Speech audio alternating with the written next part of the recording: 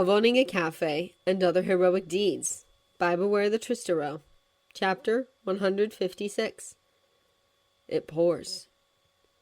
By 1700, Yagi Aizawa Toshinori felt as though this hellish day had lasted a month at least. The kids have been booked into the pet hotel we used for the weddings. Mana-san says not to worry about how long they need to stay for. And now Tomoko and Yawara are getting their travel crates out of storage so we can drive them over in the morning. Despite his best efforts, regardless of the pros who'd rushed to their aid and police force officers coming in on their day off, they hadn't found any solid leads to follow. We've group texted our regulars and said that the cafe is closed until further notice for renovations. Everyone we know is aware of Shou's pro-hero persona, but this way any journalists who could come snooping this way should have put two and two together. Especially since he doesn't like having his photograph taken in uniform, you know? Hizashi, alongside Tabi, Tomura, and a few police force specialists who'd brought in newfangled laptops, had done an excellent job in tracking down the van that they were 99% sure had carried the abductors and Shouta away. However, as that trail was followed, as the van hosting the logo for a company that had gone bankrupt 3 years ago was watched driving around, it slipped into a multi-story car park and didn't emerge again. Sugarame and his team had rushed to it the second they could, of course. All of the self-defense students were emailed or called by Shino-san earlier. They're all going around their local neighborhoods in groups with the posters the kids made, so there's that. But the vehicle had been empty, and suspiciously so. A stringently thick, cloying bleach had doused every surface, and no evidence, DNA or otherwise, had been found. Then, to add further insult to injury, this particular parking lot had malfunctioning cameras, and in the span of time between 6:15 to 9:30, the CCTV offered by shops, traffic lights, and a few private citizens posted around the 4 exits picked up no less than 6 vans, 4 trucks, 5 cars, and a selection of people on bicycles and mopeds. Each mode of transport had been followed, the owners contacted, and to their growing dismay, Nezu-san has had the dorms aired and officers have been buddied up with our study group and the parents so that they can attend the work and school tomorrow. Well, if they choose to. We can contact Aldura Junior High's principal first thing in the morning if needed. 1 car, 1 truck, and 1 van had flagged up with stolen plates, incorrect serial numbers, but otherwise inconspicuous, featureless designs that allowed them to seamlessly blend into the light morning traffic. None of the drivers was visible either, and they'd all gone off in separate directions, which meant that their technicians had had to split their attention to hunt them down. Terrifyingly, the various vehicles all slipped into other car parks across Musutafu, been found abandoned, and further modes of transport had emerged in the time it had taken them to get there, close off the area, and conduct thorough searches. Sugarame had admitted to him quietly that he'd rarely seen such a well-thought-out strategy executed with such run-down, stolen, and low-tech vehicles. They were clearly dealing with professionals who'd done such things before. However, as the commander's profilers banded together, none of the known gangs, crime syndicates, or drug cartels fit the abduction MO. We've canvassed virtually every square foot of the city, and local news channels are showing the segment fragments. Since he was his pro-mentor, it's only fitting that he be seen leading the search and he's also offered for any ransom demands to be funneled his way, even though we have ensured that our best tracing equipment is in place at the All Might and Night Eye offices and UA, just to be safe. Supervillains similarly didn't tend to operate in groups, but the ones that did certainly didn't advertise themselves as such by working together to achieve a common goal beyond quick payoff robberies or hacking. This tragically meant that they could be dealing with a threat from overseas, potentially someone or an organization with a grudge against the global pro-connecting treaties he'd just sealed. Eraser, though limited in some respects, was an incredible quirk too. What mad scientist wouldn't want to analyze it? Who wouldn't want it for themselves, especially if a drug like Trigger could enhance it? I've contacted all of Shou's usual suppliers and told them to hold off on orders for now. Dobby and me will go through the larder and pantry for anything perishable. Plus, since we've been working from home when we're not assisting Genji Z, We'll cook up what we can, and if you can't come here to eat, we'll get things delivered, okay? Ultimately, the unknowns were mounting up. They had far more questions than answers, and with the retrieval of a van from Matsumi River, the mystery had only deepened further. They couldn't find any witnesses. They'd scoured the mostly abandoned, disused warehouses which overlooked where the vehicle had been dumped. They'd contacted Selkie, the sea rescue specialist, to hunt for any clues that could have been washed into the water, and still nothing. Does anyone have anything further to add before we head out again? Sat in the northern echo with a selection of their community, Toshinori was struggling. He didn't know what to do. How could they, with all the resources anyone could want, have no idea who dared to take his husband? Or their intentions? Or where they were hiding? Undo. Blinking, the scraping of a chair across the sparkling red linoleum, drawing Mo's eyes to the speaker. The #1 pro recognized one of Shota's most faithful patrons and his fiancée. The fish-featured man's expression grim. Kohaku, please.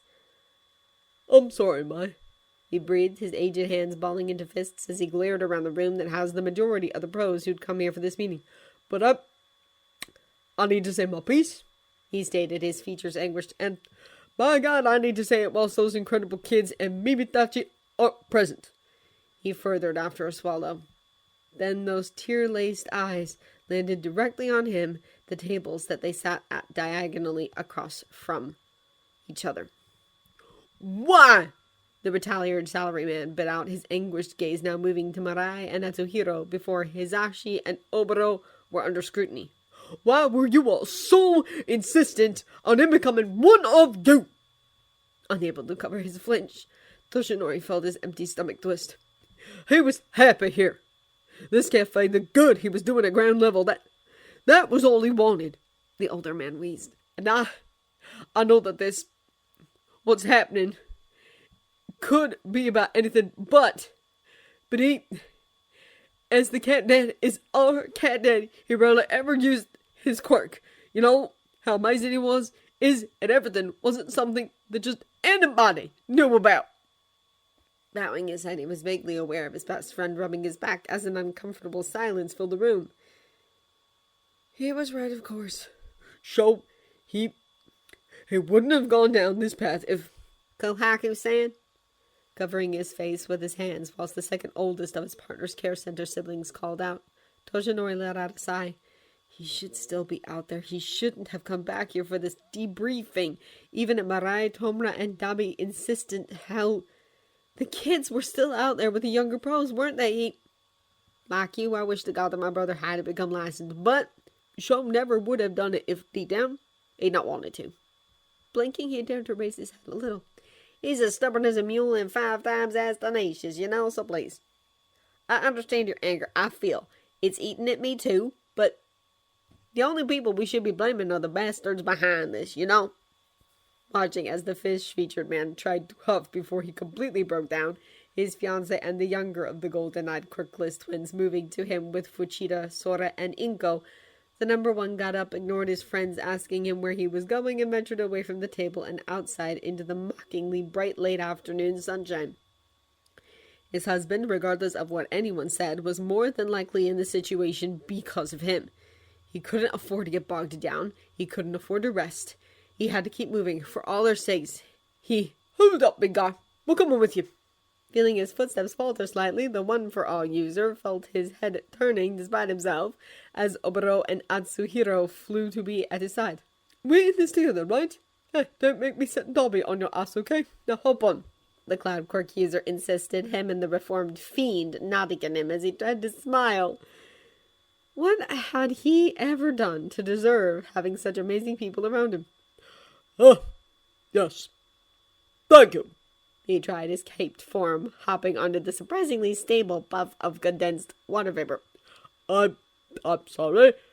I didn't know where I was going. I just... Doji-san, we know, the brunette offered before securing his mask in place. And you would believe that we'll be teasing you ruthlessly for years to come, once we get them home.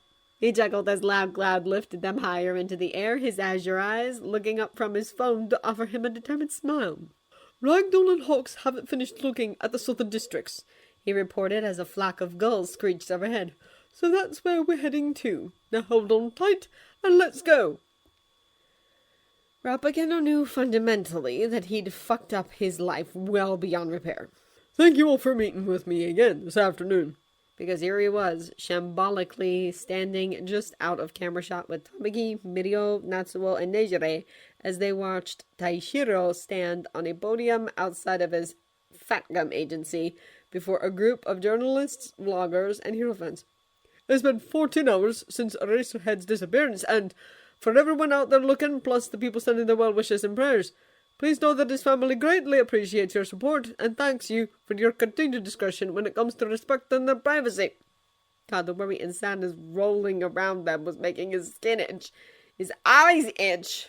And we're still, having trained him personally, I can wholeheartedly say that Eraserhead is a capable and talented pro who I'm sure is doing everything he can to make us aware of his whereabouts. He was one of the reasons why the people he'd come to like a whole bunch were suffering.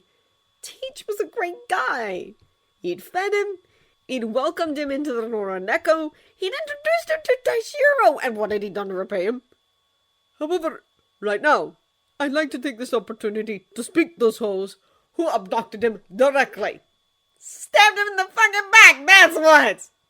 Get it together, Kendo, you moron!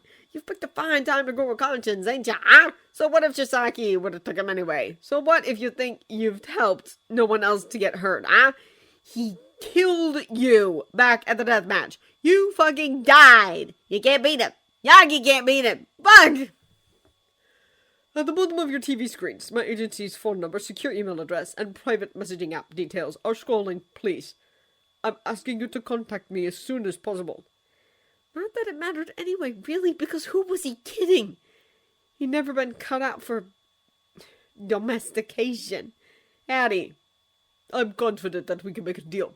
That there is a way forward that will involve Eraserhead's safe release in exchange for reduced sentences and other compensation. He didn't deserve a nice life. Hell, he never wanted one until... It's not too late for you to do the right thing. Blinking, his yellow eyes widening, Kendo found his attention zeroing in on the man wonderful enough to think he was worth a tinker's dam. The man who'd cooked for him, sparred with him, welcomed him into his bed. Swallowing thickly, his mind made up. He nodded to himself. Told Mirio, I gotta go see my boss, kid. Tell him I'll be back soon, okay? And began to walk away from the small gathering of cameras, people, and the cafe community he wanted to be a part of. A real part of. Hell, maybe they could move past all of this. Eventually. Yeah? Yeah! If you could get the Teachinary out of Overhaul Space and bring them to the Northern Echo. If you could just sneak in and sneak out, then Yagi wouldn't need to fight his boss. The Yakuza 2 could just skulk off somewhere once he'd got Shouta and the kid safely away because he knew they didn't want to get caught. And Chisaki, the paranoid germaphobe he was, had other bases elsewhere that he could lead his creepy group of fanatics to, so this could work. And when it did, sure, he'd have to face the music, but he was okay with that. It had beat the big knot of guilt eating away at him, and if he was real lucky, Taishiro would hear him out. And eventually, this was better than him just going along with the rest of the bullets, too, so... Sucking in a breath, he rolled his massive shoulders and headed towards the nearest subway station. It'd take him about 40 minutes to cross the city, another 20 to get into the base, and after an hour or two of fooling around with the bastards to make them think he was still on board... By the time midnight rolled around, he would be booking it the fuck out of there with a Teach and Airy in tow.